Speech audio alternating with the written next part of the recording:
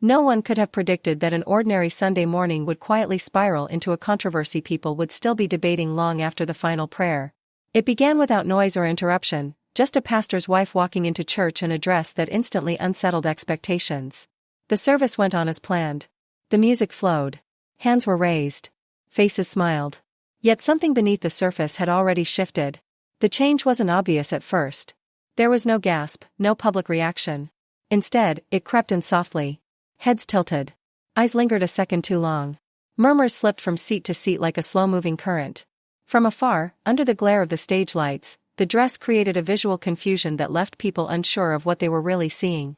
Some viewed it as confident and expressive. Others felt it pushed beyond what belonged in that space. What everyone agreed on was this: it caught them completely unprepared. This wasn't just another attendee.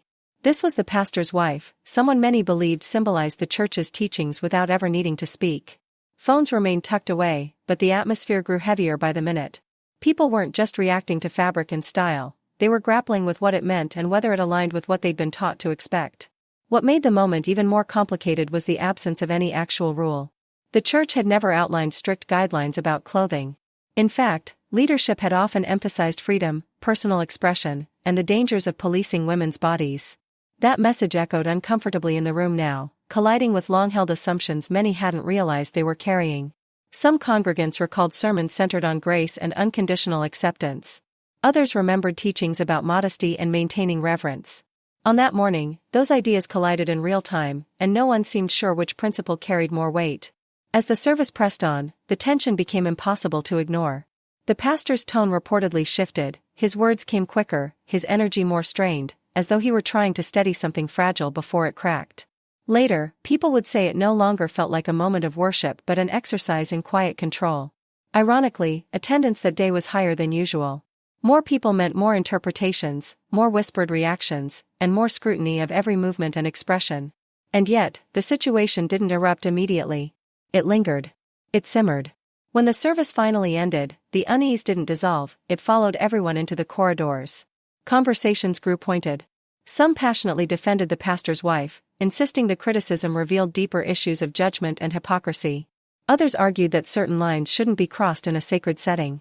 Longtime members openly questioned leadership decisions. Volunteers found themselves on opposite sides of heated debates.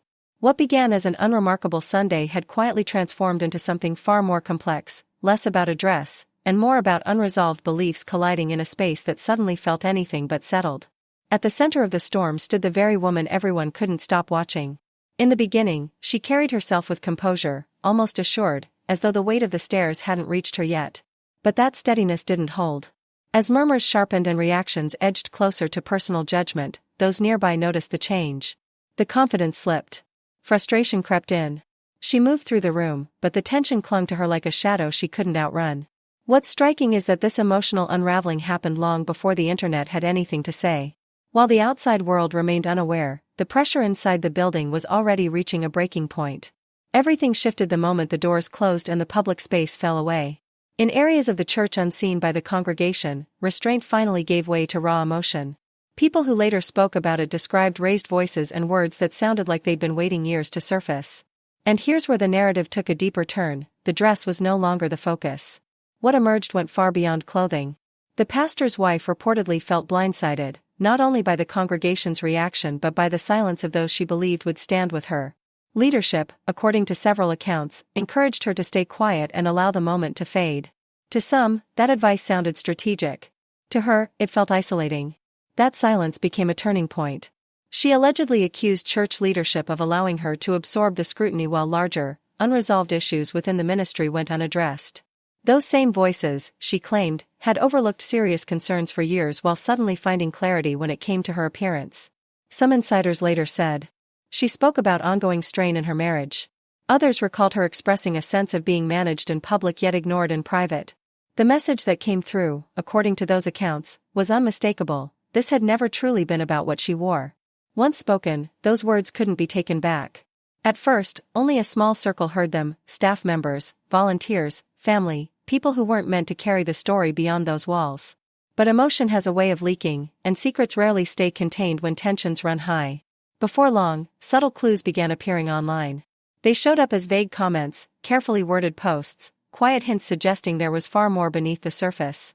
And once people sensed something was being hidden, curiosity took over. As those fragments circulated, the story slowly escaped the church and entered public view. The moment social media caught hold of it, the narrative shifted at a dizzying pace. Whispers between members turned into private messages. Those messages became leaked audio snippets and unclear images. By nightfall, people who had never stepped inside the church were passionately debating what they thought had happened. The twist? Most of them were reacting without the full picture. They weren't responding to truth, they were responding to pieces. And when the internet encounters uncertainty, it doesn't wait for clarity. Headlines spoke louder than context. Some framed the pastor's wife as defiant. Others portrayed her as a casualty of unfair expectations. Through it all, church leadership remained silent. That silence left room for speculation to grow unchecked. The controversy took on a momentum of its own. The dress stopped being clothing and became a symbol. For some, it stood for irreverence. For others, it exposed long-standing hypocrisy that had gone unchallenged for years. As online reactions intensified, former church members began paying closer attention. At first, they observed quietly. Then something shifted. Patterns they had once dismissed started to feel familiar. Old sermons resurfaced. Archived live streams reappeared.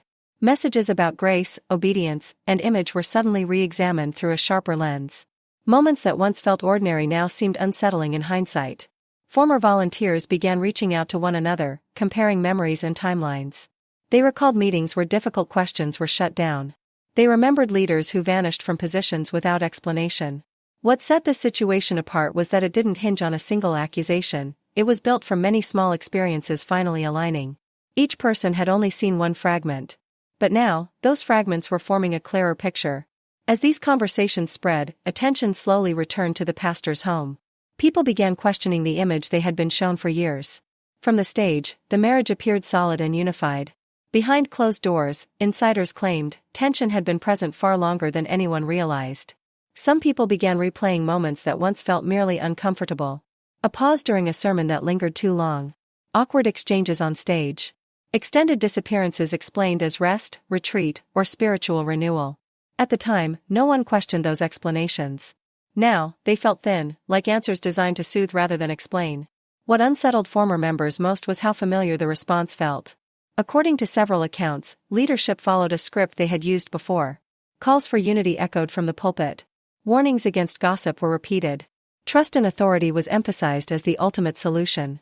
But this time, the message didn't land. Too many people had already noticed too much. Too many personal experiences overlapped in ways that were impossible to dismiss. The turning point came when silence stopped acting as protection and began functioning as exposure. Online, comments started appearing beneath viral posts, short, loaded statements with no names attached and no details offered. "Y'all don't even know the half. This goes deeper than clothes." Those few words were enough. They didn't offer proof, but they suggested depth, and suggestion was all it took to ignite speculation. Once again, leadership responded with careful phrasing. Messages about love, grace, and moving forward were released, polished and measured. But no direct answers followed. Supporters interpreted the restraint as wisdom. Critics heard avoidance. And as the days passed, the conversation shifted entirely. People stopped debating whether the outfit had crossed a line. Instead, they began asking something far more uncomfortable. Was this a place where honesty could actually exist, or only a place where image was protected? That question landed harder than any controversy about clothing ever could. Attendance reportedly began to dip. Familiar faces stopped appearing. Volunteers quietly stepped back. Something had fractured, and even those who didn't speak about it could feel the shift. Behind closed doors, pressure continued to mount. Insiders claimed meetings were held to contain the fallout. Stability was the stated goal, but the tension inside those rooms was undeniable. Public unity masked private strain.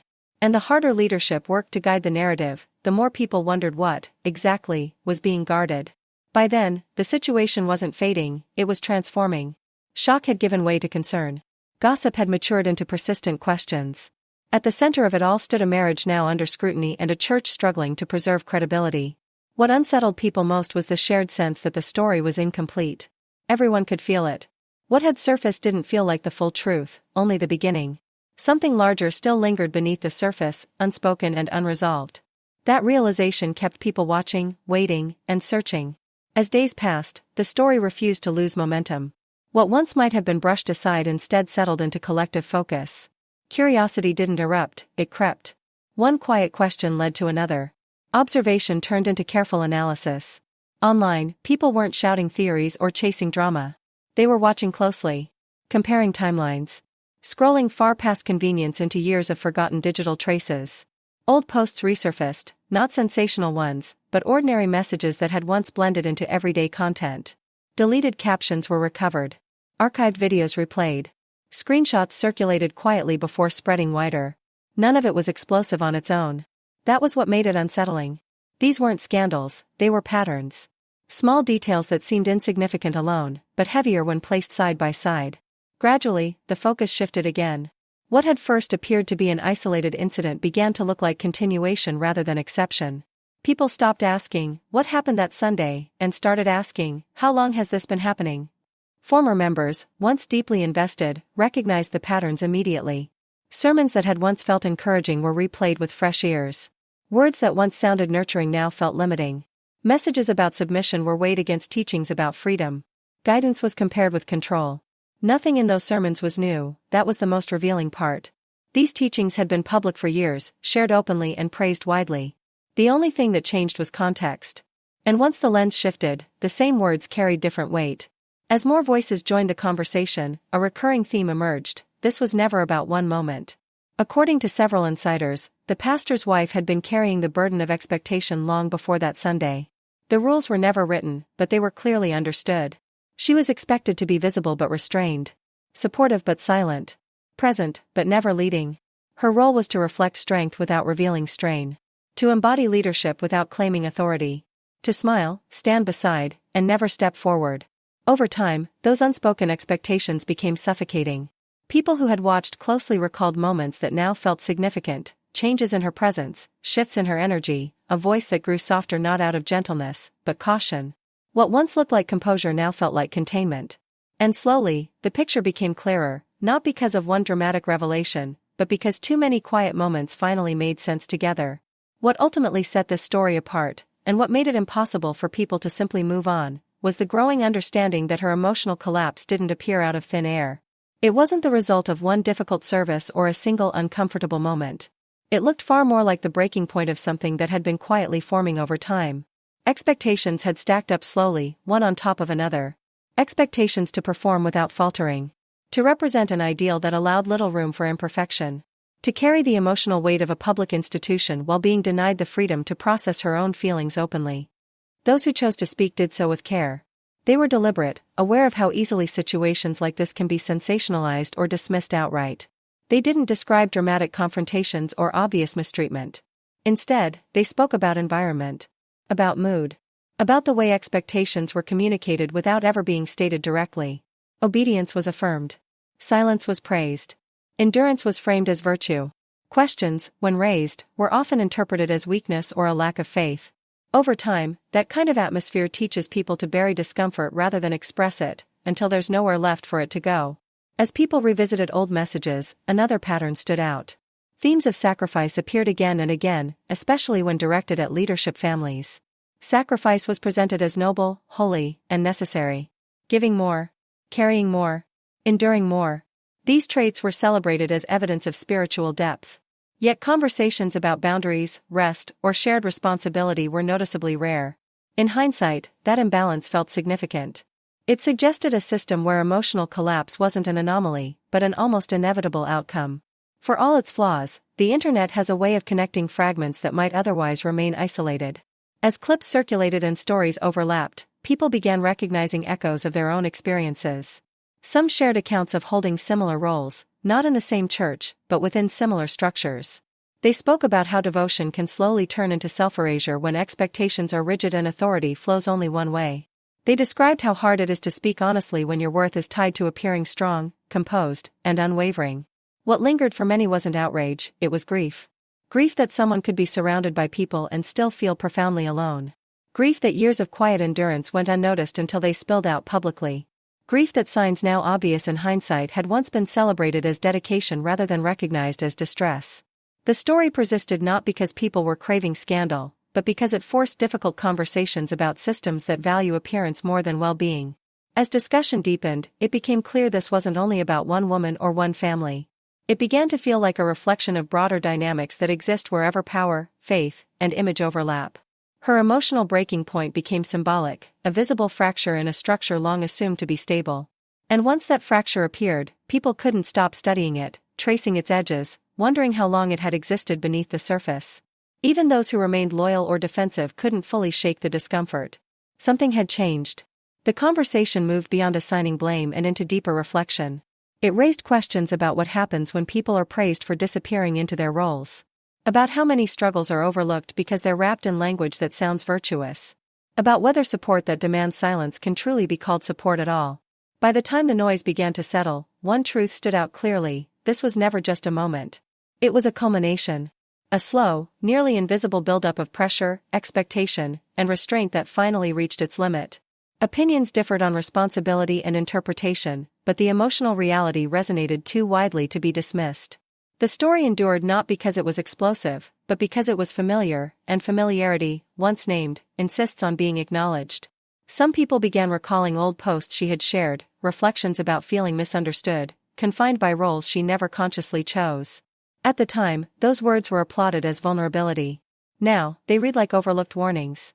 What startled many was how many signs had existed in plain sight all along. Everything shifted when those past words began aligning with what insiders were now quietly revealing.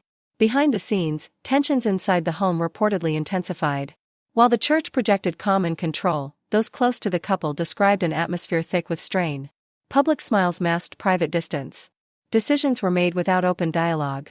According to multiple accounts, the pastor's wife felt increasingly isolated, not only emotionally, but from leadership itself. And in that isolation, the story found its final, unsettling clarity. This was the point where the most troubling claims began to emerge. According to several insiders, during her private emotional collapse, the pastor's wife alluded to deeply personal family matters that had long been kept out of view in order to preserve the church's public image. No specifics were ever confirmed. No documents, recordings, or formal statements surfaced. But the implication alone was enough to unsettle people. When trust is already fragile, even the suggestion of hidden truths can shake an entire foundation. Once people believe something is being concealed, speculation rushes in to fill the silence. Online conversations grew more serious and more deliberate. Viewers began asking questions that went beyond curiosity and into accountability. Where does personal privacy end when leadership roles impact an entire congregation? What responsibility does an institution carry when private pain begins to affect public leadership? Yet even as these questions gained traction, leadership avoided addressing them head-on. Instead, communication remained distant and tightly controlled. Former members described the response as familiar. When conflict arose, the pattern was often the same: wait it out, say little, and quietly distance anyone who pressed too hard. That approach may have succeeded in the past, but now it only intensified suspicion. Attendance continued to decline. Loyal